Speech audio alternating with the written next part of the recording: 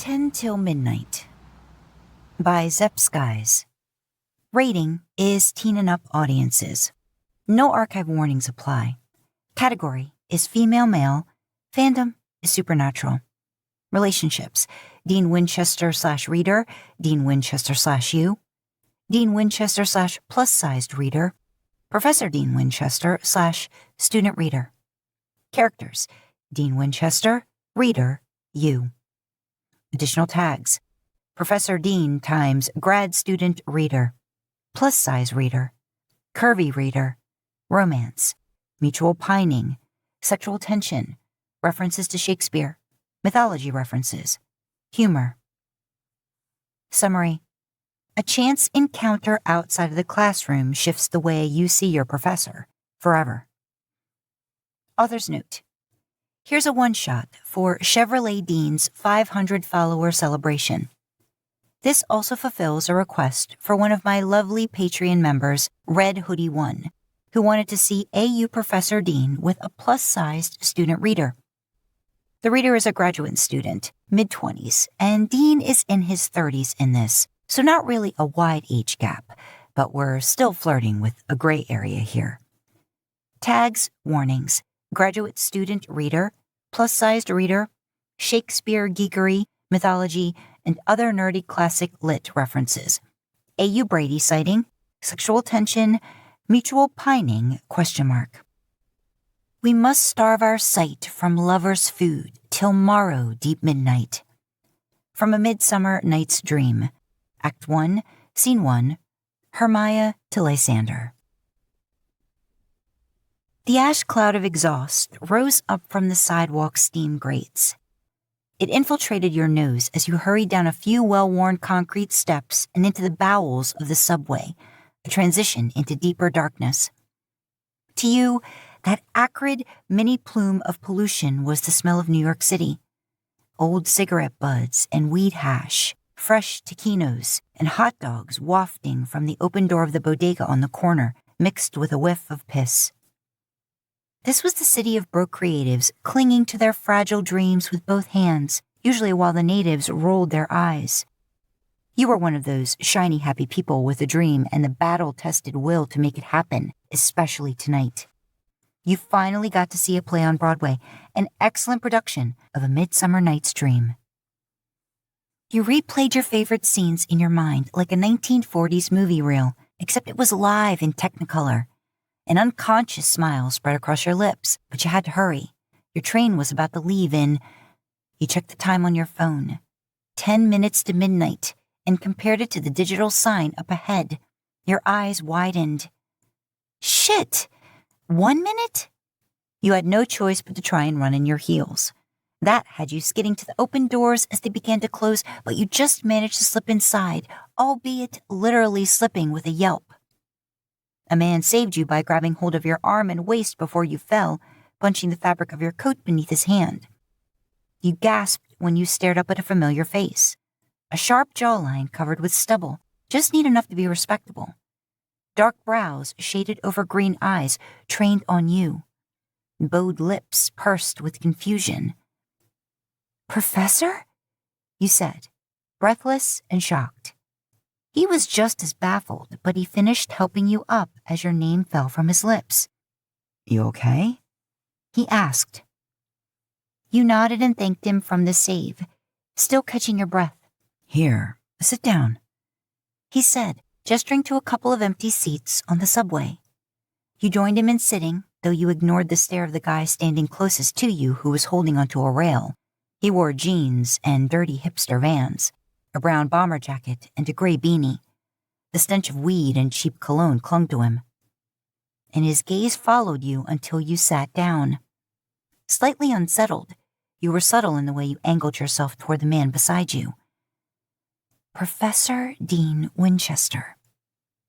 He really was the last person you expected to see on your way home tonight. You still couldn't believe you ran right into him.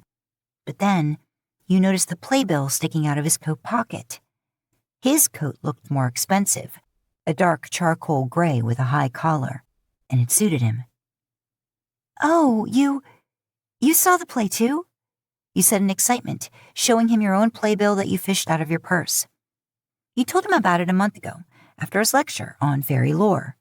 You thought he might enjoy a play that was all about the convergence between the fairy realm and the human realm. He'd admitted that he'd never seen a Shakespeare play live, but he said he'd look into it. You didn't think he was actually taking you seriously, though. Yeah, I did. I've never been a big Shakespeare guy, truth be told, but you hooked me, he said. When he smiled, it made the corner of his eyes crinkle a little. He couldn't help but smile, too, every time you noticed that, even though it made your cheeks warm in a blush. He really had no business being this handsome. And the suit, all crisp and black, paired with a classic off-white dress shirt and a black pinstripe tie. Clearly, he'd dressed for the occasion of going to the theater, because usually he was one of the chillest professors you knew. He showed up to class in jeans, boots, plain Henleys and jackets, though never without his watch, a classic leather timepiece with a silver watch face and bold black numbers. It was so vintage, you'd asked about it once when you met with him to talk about one of your essays on Native American burial practices. He told you that the watch belonged to his father, who passed away a few years ago now. So what'd you think? You asked. Weren't the sets beautiful? It was so ominous and creepy in the forest, and ethereal, too, like the fairy realm part of it. He nodded, smiling slightly wider at your enthusiasm. Yeah, it was a good production. The actors were top-notch. Oh, incredible. That was the best bottom I've ever seen. You paused, realizing what you said, and a nervous giggle tumbled out of your mouth. Well, the character. Not the ass, donkey, whatever. You know what I mean. The man laughed, rich and deep and washing over you pleasantly, even though you half covered your face in embarrassment. Can't argue with you there. The ass was hilarious. He smirked. Another giggle, and you flipped through the playbill again to distract yourself from looking at his ruggedly chiseled face. Why, oh why did he have to be so fucking attractive? And somehow he was still single. You'd heard some of the girls in your class whispering about it after class one day. A full-on engagement that fell apart years ago. But really, the actors who played the couples in the love quadrangle were awesome, you said.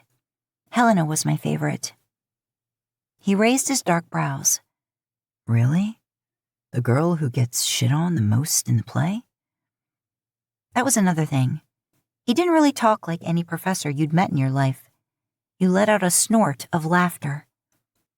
I don't want to be her. I just think she did so well at showing that vulnerability, you explained. There's nothing worse than being in love with someone who doesn't even see you, you know? He tilted his head, his amusement fading as he listened. You felt emboldened to continue your thought. In her mind, she's probably thinking, well, even if he's yelling at me, at least he's acknowledging I exist, you said, which is incredibly sad and isn't giving Shakespeare many brownie points for feminism, but it's a reality that some women go through. After a moment, he seemed to see your point with a nod of his head. That's fair, he said, arching a brow. Though I gotta hope you don't let any guy talk to you like that. You shook your head with a smile, but before you could answer him, your phone slipped off your lap and tumbled to the dirty subway floor. You twisted away so you could reach down and grab it, but you caught that whiff of cheap cologne again. Gray beanie guy let go of the rail and bent down to scoop up your phone before you could.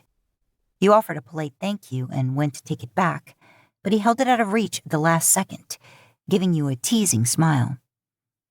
How about I put my number in first, so you can call me when you get home, he said. I'm Brady, by the way. That oh-so-gracious offer was followed by a glance down your dress. You sat up straighter, adjusting the collar of your coat back over your neckline with a weary huff. You know what? I'm good with just my phone. Please? That was why you kind of hated the subway. You didn't know when you were going to have to interact with a creep trying to steal your phone, shoot his shot, or look down your dress as a consolation prize. You held out your hand expectantly, but still, Brady didn't take the hint. Aw, what? You have a boyfriend or something? He asked. Oh my God. Are you fucking serious? You sighed and decided a white lie was best here. Yes, I have a boyfriend. Now give me my phone, please. Is it like beginning stages or... Jesus Christ, dude. Hey, I'm just saying, maybe we can grab a bite to eat. Then, if things are going well, we could take things back to your place, he said, his brows popping with sleazy suggestion. He still held the phone away from your grasping hand in frustration. Hey. A deep voice cut in. You hesitated, glancing back at Professor Winchester. He glared up at Brady with a stony look that you'd never seen on him before. Give her the damn phone, said the professor. His tone boded no argument. Still, Brady pushed his luck. What? You her boyfriend or something? The professor didn't bother to answer the question, but he stood from his seat, his long coat draped down all 6 feet and change of him, broad shoulders and calm confidence. He stared down at the lankier, scruffier pothead. Then he held out his hand. Brady shifted back on his heels, seeming to realize that he didn't want this version of Midnight on the Orient Express, the kind that ended up on the 6 o'clock news the next morning. With a roll of his eyes, Brady dropped the phone into your professor's hand, complete with a dickish quirk of his lips. Professor Winchester gestured at him to fuck off. Walk away, he said. To your astonishment, the Brady just tossed him a fuck you, bro, and went to the other end of the car. You stood up too, just as the subway pulled to a stop. Professor Winchester handed you the phone. Thank you, you said quietly. Is this your stop? He asked, still glancing back with a suspicious eye at the asshole still glaring at your backs. You nodded, biting your lip. Okay, come on, the professor said. He laid a guiding hand on the small of your back and joined you in stepping out of the subway car. To your relief, Brady stayed on the train. Thank you, you said again. Really, you didn't have to miss your exit for me. Don't worry about it, Dean said with a shake of his head. His frown was still in place just thinking of that fucking loser. I'll have better peace of mind knowing you got home safe. Once you told him that your apartment was another few blocks away, he knew he was going to be walking you home. You told him you weren't that new to the city, but in his mind, it still wasn't a safe neighborhood for a young woman to be walking around by herself at this time of night. He had no other motive than that. However, he'd been pleasantly surprised to see you tonight. You were a flash of scarlet that tumbled into his arms, the scent of your floral perfume teasing his nose before he caught sight of that little dress clinging to your curvy form, ending just a couple inches above the knee. But you drew your wool coat closer to your body, hiding the tantalizing flesh of red from view. It was for the best, he thought, as he cleared his throat and tried to find something else to focus his eyes on while you two walked together. He couldn't help but land on your face again, on your pretty painted lips, a deep, full-bodied red. It was a familiar shade. You'd worn it before while chewing the end of a pen absently in concentration during one of his lectures on the difference between skinwalkers and shapeshifters. Those long, pointed nails tapping a quiet rhythm against the plastic. It was one of your many quirks, but only now did he realize how much he'd actually noticed about you. If nothing else, he always knew he had your attention. He also knew you were getting a master's degree in English and you were taking his class as an elective. You'd actually sought him out before the semester started to make sure you got a spot in his class. Sorry, sir, I know it's early. I've just been trying since last year to get into this class, and I really wanted the chance to take it before I graduate this year. He'd shifted in his swivel chair with his jean-clad legs casually crossed. He bounced a tennis ball against the wall, as was his habit, mostly because it bothered Benny, who had the office next to his. The repetitive bounce really helped him to think sometimes. It was basically his version of a fidget spinner. You like mythology that much, huh? Dean asked. Oh yeah, you said, as your eyes lit up. I find it so fascinating how every culture in the world has their own stories that have still survived for thousands of years. Some of them even overlap. Like, maybe it's technically a different creature, but they have the same name, just in another language. Or it's the same creature, different backstory. It's like any novel I've ever read. Similar tropes, but the style, the packaging, that's what becomes new and creative. Amusement tugged at Dean's lips. Same candy, different wrapper, right? He offered. His reward was your bright smile. Yeah, exactly. He'd approved your request without a second thought. Unlike 95% of the students who came and went through his classes, you weren't just smart. You cared. You had a passion for this stuff, and it mirrored his own. So, you like that play, huh? He asked, wanted to rub his hand over his face right after. Smooth, Winchester. But it succeeded in brightening your eyes again.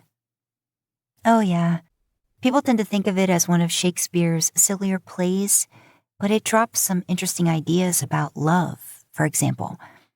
All while you spoke, you spun vivid gestures with your hands.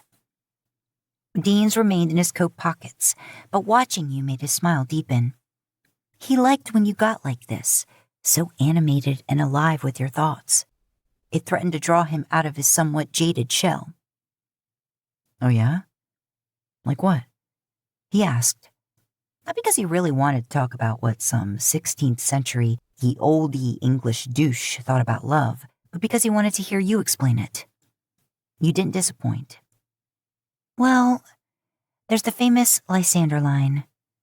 The course of true love never did run smooth, you said. That's not even my favorite.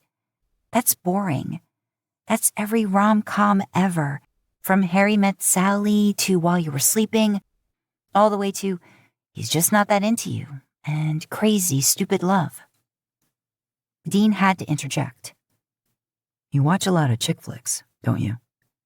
Your lips puckered, but the amusement in your eyes answered his question.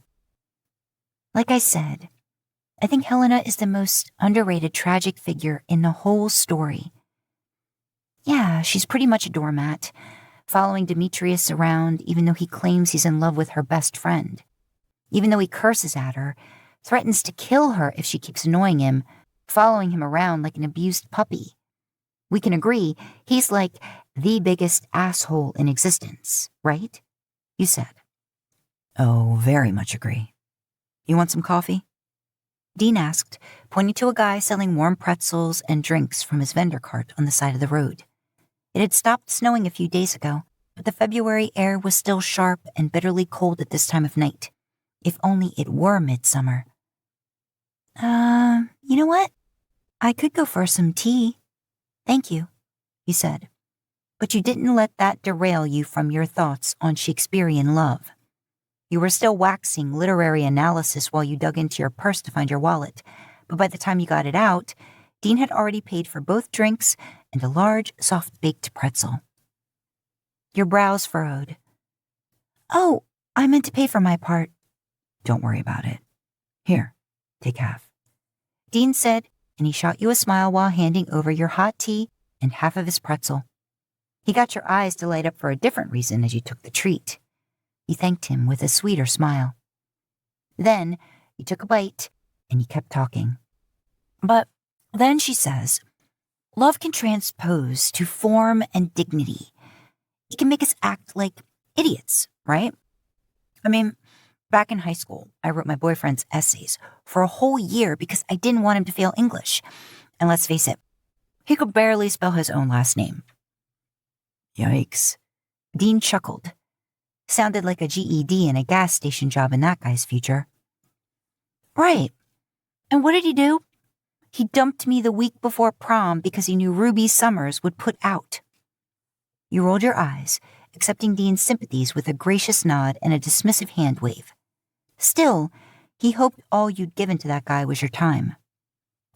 Well, The guy you're seeing now better be treating you better, he said. You blinked, your brows furrowing a bit in confusion, until realization dawned on you. Oh, I don't have a boyfriend, you said with a small chuckle. That's just what I tell pushy weirdos on subways. Dean was tripped up for a second, but he eventually quirked a smile. So, anyway, my favorite bar of the whole play is what Helena says in Act 1, you said. Love looks not with the eyes, but with the mind. In that moment, Dean's eyes were a little too captivated. But you broke the spell. You glanced ahead to continue along the crosswalk with him, taking another warm, soft bite of pretzel. And that's why Cupid's always painted like a blind baby, or something like that, you said. You laughed a little, and you seemed to realize just how long you'd been yapping his ear off. You came to a stop at what he assumed was your apartment building, but you suddenly got quiet, embarrassed. Sorry, once I open my mouth on this stuff, I can't really stop unless someone stops me and tells me I'm literally killing them with words that don't make sense. You're making a whole lot of sense to me, Dean replied, and he realized that he meant it. He rubbed his chin in thought. Love looks not with the eyes, but with the mind. I like that. Your mind seemed to be a hamster wheel on steroids. You kind of liked that, too. Well, did you like the play? You asked, smiling in embarrassment. Sorry, can't remember if I even asked you that yet. He chuckled. Even if you had, he didn't mind answering again. I like it more now, hearing you talk about it, he said. But maybe that was too honest. He patted it with something more appropriate, as your instructor. It makes sense, since you're an English major, but your passion always comes through in your essays. I'm really glad you decided to take my class this semester. You demurred further at the praise. Oh, thank you. It really is my favorite class so far this year, but that's because you're the one teaching it. You're really good at telling stories. You make them simple and easy to understand. Even when we're talking about hellhounds and old ghost stories, or the, Oedipus complex, or something. Dean chuckled, but it was his turn to be touched, even if it surprised him, too. You were just so honest and free enough to speak your mind. It was refreshing. Well, thank you. Glad to hear at least one person's getting something out of it, he said, his smile warming for once. You smiled too, looking at him through your lashes. All right, well, thanks again for walking me home. I'll, see you on Monday, yay. You stepped up onto the first stair leading up to your apartment and caught an icy patch with your red-bottomed heels. A gasp fell from your lips as your arms spun out to catch yourself on anything that could keep you from falling, and that happened to be Dean, specifically his coat and then his biceps when he moved in fast to keep you upright. He ended up gathering you into his arms while you clung to his coat. Your red nails bit into the dark fabric. In his mind's eye, he could imagine them popping the buttons of his dress shirt, carving shaky lines of heat and pleasure across his skin. Fuck. He bit the inside of his cheek hard to rid himself of that image, his jaw ticking in response. But another one just replaced it when his gaze met yours, half-lidded and shocked, but contemplating. Hot breaths mingled in between, puffing visibly on the cold air. God, I'm sorry, you breathed. Don't worry about it. He cleared his throat past the slight roughness in his voice. You all right? Yeah, take two, you said, laughing weakly. You aimed to let him go and continue on up the stairs by yourself, but Dean couldn't stop himself from trying to help you. He held your elbow, at least, with a hovering hand by your waist in case you slipped again. When you finally made it to the door, you paused and turned to look at him over your shoulder. Again, that look in your eyes said you were debating something in your mind. You okay? He asked again. You nodded. Yeah, I just, you know what? Never mind. Good night. Dean nodded, giving you a casual salute. He didn't leave until you got in the building safely, but for his entire long walk home, your face wouldn't leave his mind. That look of internal conflict, like you'd been weighing some kind of pros and cons. He had to wonder, had you been about to invite him up to your apartment? But no. Fucking no. He dismissed that thought as soon as it came. He was almost 10 years older than you. Didn't stop Catherine Zeta-Jones from hooking up with Michael Douglas. She's barely pushing 50 while he's halfway into senior depends. Second problem, career ending and reputation ruining and his own clock punch at the local 7-Eleven, kind of a problem. You were a student. Grad student, came a whisper from the back of his mind. In Greek mythology, the golden apples of Hesperides in Hera's garden were guarded by a dragon. The Norse gods also believed in their own version of immortal golden apples harvested by the goddess Idun. Sounded a bit like Eden, right? As in the Judeo-Christian garden. As in forbidden fruit. What did they all have in common? There was always a consequence for the taking and sampling part. The question was, is the price worth how good it tastes? Remembering the feeling of your soft curves under his hands, Dean had a feeling it would be more than fucking worth it. But he shook the thought from his head, his fingertips digging into the soft insides of his coat pockets. He was your professor. That was where those thoughts should end. You didn't even see him that way, did you? You shucked your heels off as soon as you got inside your apartment. You heaved a deep sigh and shed your purse, your coat, your earrings, and necklace, which you set down on the nightstand in your bedroom. You sat on the edge of the bed and fell back onto the creaky mattress. Your hands came to rest lightly over your stomach, a safe place, while you thought back to how Professor Winchester held you so tight. Secure, gentlemanly. How he looked at you, his green-eyed gaze falling to your lips, like he was contemplating the best way to close that distance, bowing his head those last few inches, and you forcibly shook your head. He was your goddamn teacher. It didn't matter that he was probably the youngest faculty member on campus, and you were a 25-year-old graduate student. Whether or not the man was age-appropriate, he was still your professor. You couldn't think about him like that. And he absolutely didn't look at you like that. Did he?